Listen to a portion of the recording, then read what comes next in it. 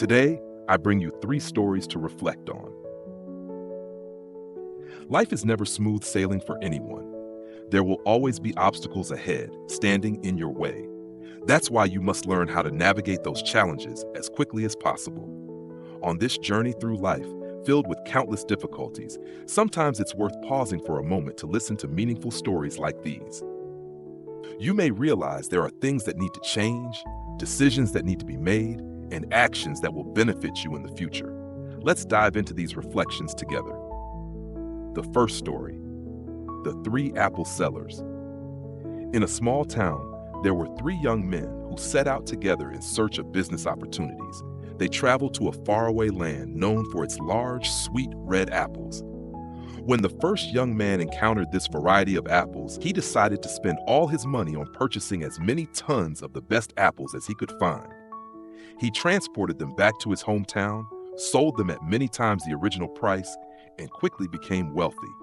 The second young man used half of his money to buy 100 of the best apple saplings, then shipped them back home. There he rented a piece of land on a hillside and planted the trees. The third young man took a different approach. He spent several days walking around the apple orchards, carefully observing the ecosystem and the cultivation techniques. Finally, he collected a small sample of orchard soil and brought it back home for research. At home, he rented an abandoned hillside, dedicating 3 years to improving the soil, nurturing it, and preparing it. He also imported apple saplings to plant on this carefully cultivated land. Years later, the outcomes of their decisions became evident. The first young man continued buying and selling apples, but his profits dwindled each year due to growing market competition and increasing transportation costs. At times, he even suffered losses.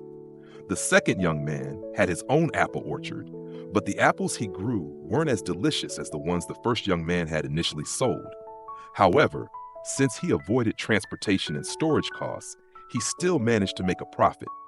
The third young man, on the other hand, grew the highest quality apples, which attracted many buyers willing to pay premium prices. The lesson here mirrors life itself. Those who contribute less to the final product typically earn less in return. Managers and directors earn higher salaries because they operate with a vision that spans a year or more. Entrepreneurs with a vision stretching over decades often achieve the greatest wealth. Success is determined by vision. Even when opportunities are the same, different approaches yield vastly different results. The first to make money isn't necessarily the one who becomes the wealthiest. The one with foresight, who can think long-term, will achieve enduring success. Story 2. Don't let yourself die at 25 and be buried at 75. There's an old saying that haste makes waste, but there's also a saying that the key to success lies in speed. It seems that the wisdom of the past can sometimes be contradictory, leading us to question, is it better to move quickly or slowly? Getting ahead of others and grabbing the spotlight by seizing opportunities can make even a pig fly. This logic is something even AI understands. But why is it that some people, even when opportunities are right in front of them, fail to take action? It's not that they lack the ability. It's simply that their movements are too slow. In the 1970s in California, a young man named Frank found himself in a tough spot. Coming from a poor background, he dropped out of school and moved to Chicago to make a living. He had no capital, no connections, and no workplace to start with.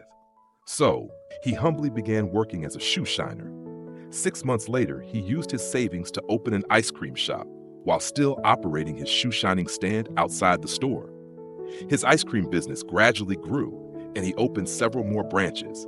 At its peak, he owned over 4,000 stores and controlled 70% of the ice cream market in the U.S.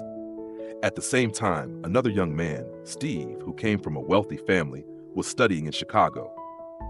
He noticed the lucrative ice cream business, but was scolded by his father for being superficial. A year later, Steve told his father again that the ice cream business was really doing well, but by then, it was too late.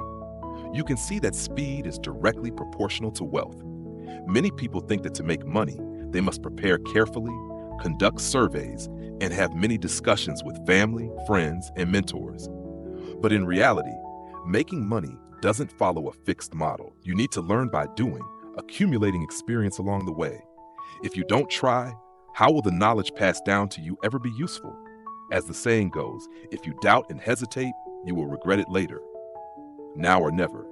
Even relationships can't wait.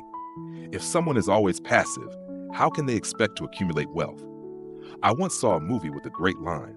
Look out the window. If the branch sways gently in the wind, the person you love also loves you. Listen closely. If you can hear your own heartbeat, the person you love also loves you. Close your eyes, and if a smile appears on your face, then the person you love definitely loves you. Those moments, the rustling leaves, the rhythm of your heart, the memory of a loved one when you close your eyes, if you can feel them, that's love. Yet many miss these beautiful moments simply because they hesitate for a second. In the hustle and bustle of life, we've all experienced this. Someone passes by and smiles at us, and we feel a spark, but we don't know their contact information and don't dare to approach them. After a brief hesitation, everything slips away. If you love someone, declare it loudly. Don't hesitate for even a second. Even if that love lasts only a year or a few months, it was still worth it. There are many things in life that can't wait. If you think about it for more than 2 minutes, the best opportunity to solve the problem will pass, and things might even take a turn for the worse. You need to be quick-witted and wise. If not, you'll be someone who can't control the situation.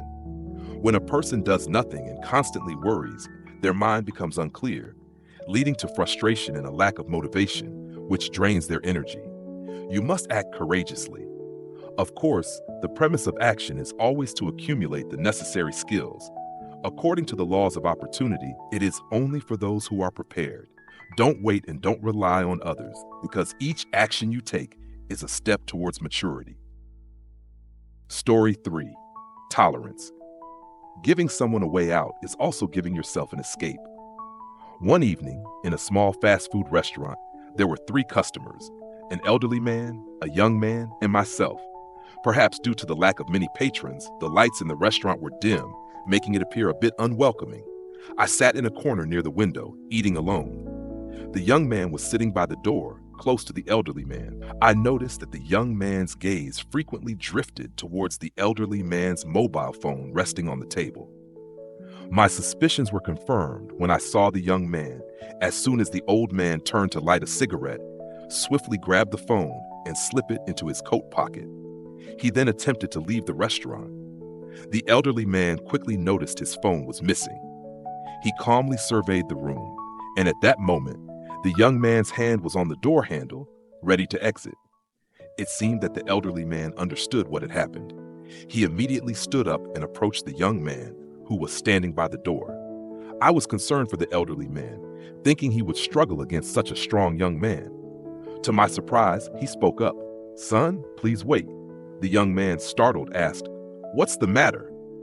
The elderly man replied, "Yesterday was my 70th birthday. My daughter gave me this mobile phone. Although I don't like it, it's her way of showing love. I had just placed it on the table, and now it's gone.